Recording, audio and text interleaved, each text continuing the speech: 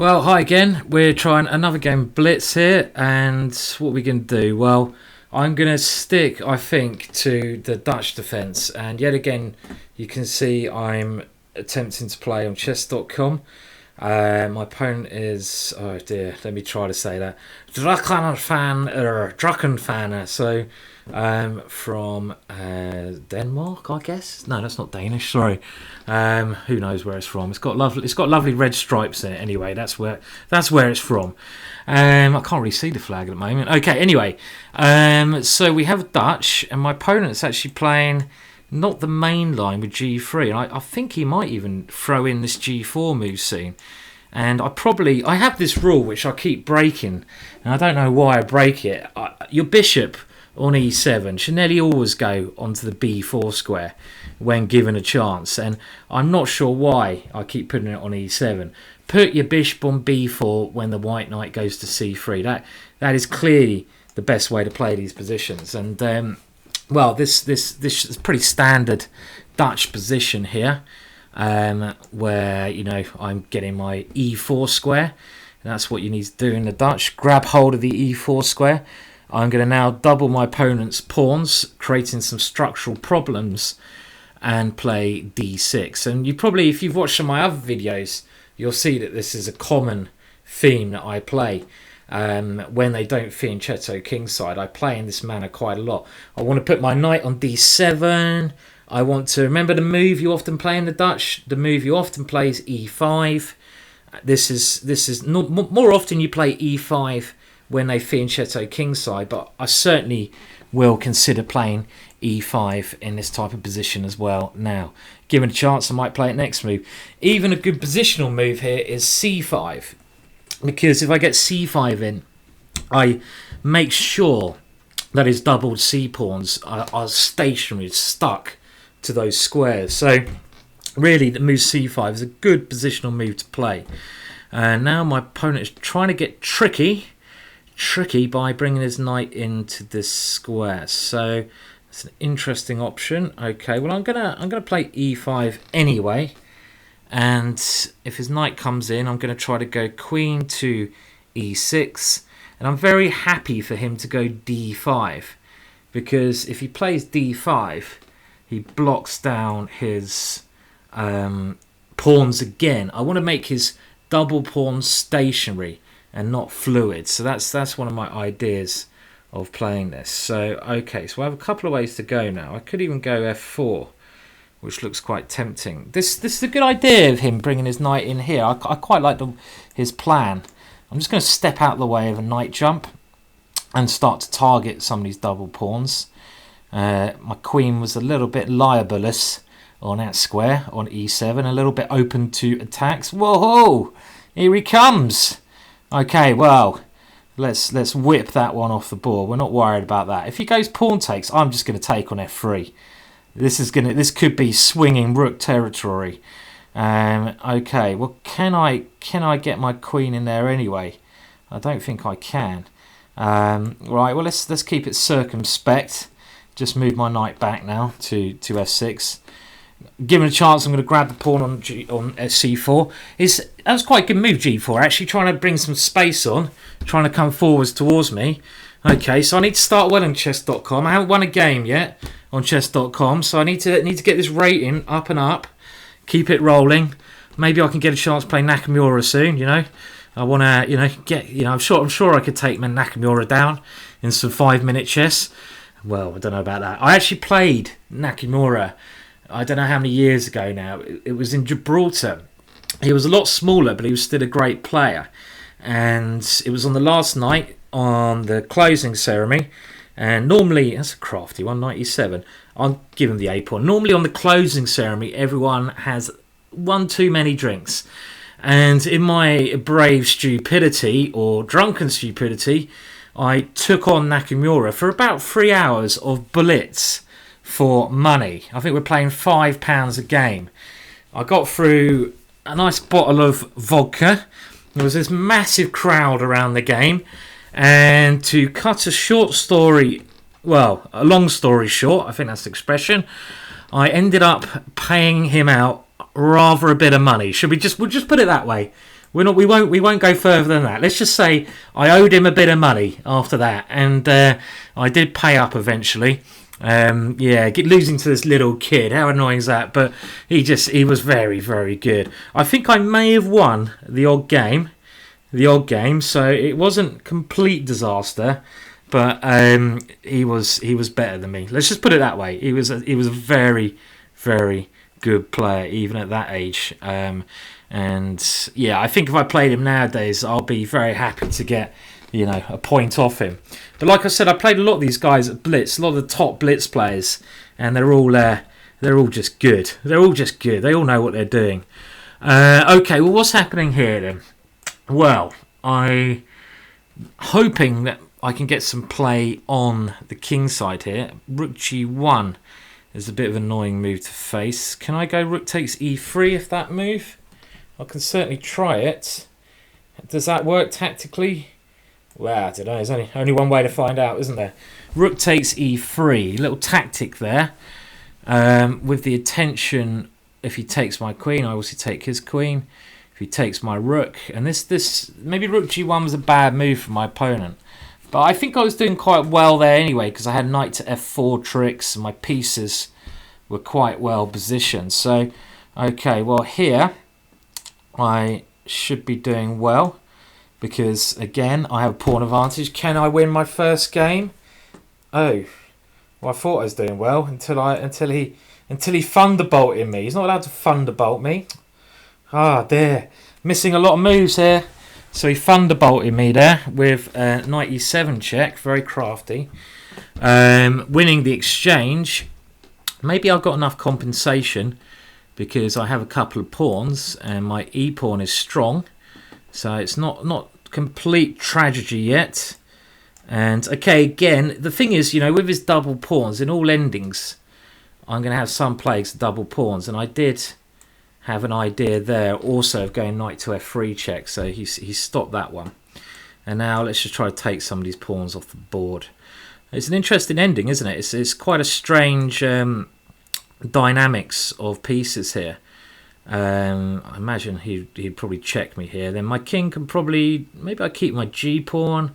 I'm not sure. I want to slowly move my massive queenside pawns up the board. I would have thought I'm a little bit better here, because generally when you have two pawns for the exchange, it's quite a nice sort of deal to have. And my pawns are just slowly going to come up. Now this is the key thing. Where do I actually put my king? It's hard to decide. I'm not sure if I should come queenside or stay with my G pawn. That was a tough decision here. And now knight to F4 would be a horrible move, because his rook comes in here. And the problem is my knight on H5. So maybe I can bring it to G7 to F5 when it's nicely... Oh, there, did I just... What that was awful again. I'm blundering something rotten at the moment. So that was pretty bad. I mean, I never should have let his rook come in there. So I need to recover a little bit now. Okay. Maybe still not so bad, because my knight on C4 is a great piece. But, I mean, rook D7, he's going to start to attack these pawns now. I should never have let his rook become so active. That was just ridiculous of me to do that. I mean, there was actually no need to allow his rook to enter into my position. Maybe my king F7 was a bad move. And now I'm going to have to play quite quick. I mean, okay, so I'm going to try to go knight E1 and try to attack these pawns. But if you see my king position, it really is pretty awful here. That's the problem. I mean, if he starts, maybe I could have gone D4 last move, but if he starts moving his king across now, it's which he's done, so it's a good move. And now, well, okay, bishop E7 check. What a bad move. This is going very badly, very, very badly. Not playing well at the moment at all. So this is not a good start to my chess.com chess career. And yeah, I mean, I've somehow managed to lose all my nice pawns that I was kind of relying on, and I'm just shuffling about now with my remaining pieces, which is not the way to play this position. If he wins this pawn, which he's probably going to do, then his H pawn is going to queen. So only way to win this is on time, I'd say.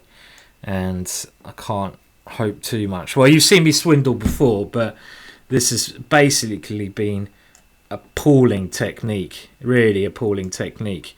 I'm just going to have to throw Derek up the board. Come on, Derek. Can you save the day, you know? This is my one idea. Come on, Derek. Run, baby, run. Okay, so I'm trying to run Derek up the board. This is my last hope. Derek, the D pawn. Run, baby, run. Run, baby. So he's going. But unfortunately, this H pawn is so hard to stop. I mean, how do I get my knight back?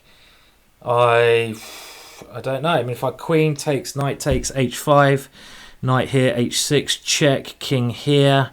I can go knight D7, knight D6 and get back in time, but I don't think this is going to work. I'm down on time as well. I'm going to have to play this, aren't I? I'm going to have to go for it and see. I don't believe this is going to work. Yeah, come on, pre-move. So there. Well, I can go here because I queen with check, can't I? So let's do that. I didn't see that, so that's quite fortunate.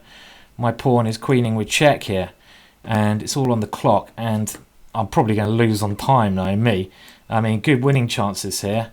Good winning chances here as well. So what's going on? Come on, he's disconnected. Well, that was a good move. My pawn jumped 2 squares there. Really good move. Right, well, he's disconnecting, so anything is possible. Well, it's probably good for me on time. Of course, technically speaking, this should be a draw. But it's quite tricky in my knight and queen. How did I win that one? What happened there? Something very strange occurred there. That was run, Derek, run. You know, like, you know, Forrest Gump, run, baby, run. Run, Forrest. And there, Derek the D-pawn somehow managed to run all the way up the board. So that was a very peculiar game. Well, okay. I mean, let's just have a little look at that and maybe see what happened. I mean, I think everything was going quite swimmingly there. But if we do talk about the opening a little bit there, so let's just see if I can get that up. Okay, so here we go. And now, well, I'll flip the board so we can see it from my point of view. If you're trying to learn Dutch, then this will maybe help you. And now, well, bishop e7, to be honest, is not the best move here. As a rule, whenever your opponent puts a knight on c3, then your bishop should go to b4. Because often in the Dutch, you're fighting for control of the e4 square. And putting your bishop on b4, it controls the e4 square better because you're pinning a knight. So not the best square, this square for my bishop. Let me just move this out a little bit so I can get to the moves. And well, it's quite easy to use chess.com, the analysis board, which is good. So the game continued, bishop to e7, and now my opponent went for this strategy. I write about this in my book. Oh, look what I've got handy. I've got a copy in my book handy. The Killer Dutch. Wow, how did that occur? That just must have turned up somewhere. 464 pages long. And this has got everything you need to know about this opening in it. It's selling on my website now for £15, GingerGM.com. I'll sign it, put a message in it for you. I'll also do a competition soon, so you can win one of these for free. I'll try to do some kind of regular competition. I'll think of some ideas for that. And of course, you can get the DVD of this to download for like a tenner or something. It comes with the ebook anyway. But yeah, this has all this in. And one of the rules I say in the book is, if white does not fianchetto kingside, then you as black should fianchetto queenside. So in a second we're going to see that. Castles, h3, and here your light square bishop on c8 should come to b6. And now I think, you know, my position was okay. Of course, I wasted tempo by putting my bishop on b4. And here maybe knight to e4 was more natural.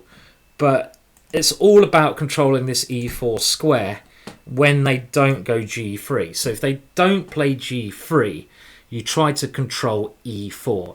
And that gives you a nice hold in the middle with, I think, these positions always roughly equal. And now, after I double his pawns and go d6, I even prefer black's position. My knight's still nicely placed, and I think this should be quite pleasant. f3, my knight comes back, knight here. Maybe here, see, this was quite a crafty idea here, moving his knight to b4. Maybe now I should have played a more sensible move like a5. Or even, well, c5's not working now because d6 is on pre. But a5 here would stop his next manoeuvre. Queen e7. And now, okay, let's have a look at this. So, I mean, I get my e5 break in. This is your normal Dutch move. And even here, I should be quite happy. g4, good move from my opponent. And he took here, and now knight comes back. And again, I think this position here should be quite nice for me because his king's now a little bit weakened. I have my rook coming to e8, pressure on the e file, and I have a piece coming into e4. So I'm very happy here, you know. And now, well, I don't mind if he takes my pawn on a7 because then his knight's sort of shifting over to some silly area of the board, and that give me time to do something in the middle. I open up the king side now, for better or worse, and let's just have a look. I mean, I around here after rook g1, I mean, better idea here than going rook takes e3. In hindsight, looks to be just something like d3. Why didn't I play this move? This makes a lot more sense now, because then I keep my extra pawn. His remaining pawns, look, they're absolutely disgusting. These are what you call pawn islands when they're not connected to each other. And he has all these separate pawn islands. And the more pawn islands you have, the weaker your pawn structure. So you want to avoid having pawn islands. And I think d3 here would have, you know, kept him under pressure. But to be honest, I simply forgot about his knight to e7 check.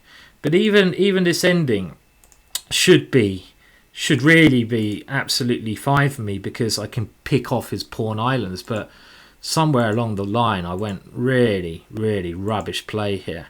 I mean, let's have a look. So around here, this is where I start to go wrong. His bishop is actually very well placed on h4, and one thing I didn't do here, which is a typical error, is think, where does my opponent want to put his pieces? And his bishop is well placed there. As we see, it helps his rook come down to the 7th rank. So in hindsight, a move like g5 here, just gaining space and stopping his pieces getting to good squares, would have been a much better idea. And I prefer my position here. My knight can support all my queenside pawns, and I'm probably doing well. And later on, well, I mean, this was very silly. Again, my king probably shouldn't go to the square. I mean, again, why didn't I just move it to f6? Much more natural square. Because then if he checks me like he does in the game now, I play g5. I mean, moving my king to f7 is just like, it's really a beginner's move, you know, Patzer's move. Patzer Williams, that's what you can call me from now on. And then I let his rook come in. And here I should be losing. Really not pleasant around here. Okay, I'm jumping. I mean, here he was a bit short of time. And knights are tricky pieces, but as soon as he gets to this position, I mean, I have no idea how I managed to win this. I think he gives me a little bit too much play by allowing me to take his c3 pawn, because now I've got two connected passed pawns. And actually, old Derek here is a very mean pawn to stop. I mean, not easy here for him to defend, actually. And in actual fact, if we just go, let's go to the final position, where he did lose on time. This is very bizarre. It's a funny story about this.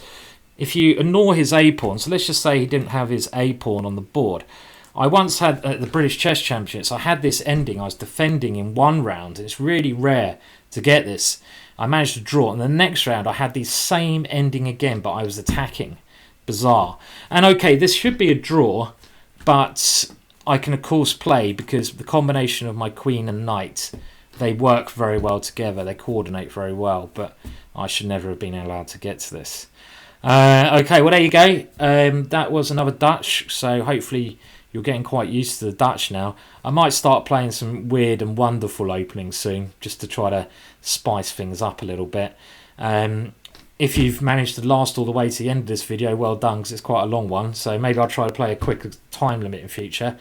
And please like and subscribe and go to my website and give me recommendations of what you'd like me to do. So that's that really, and I will do another video shortly. Cheers.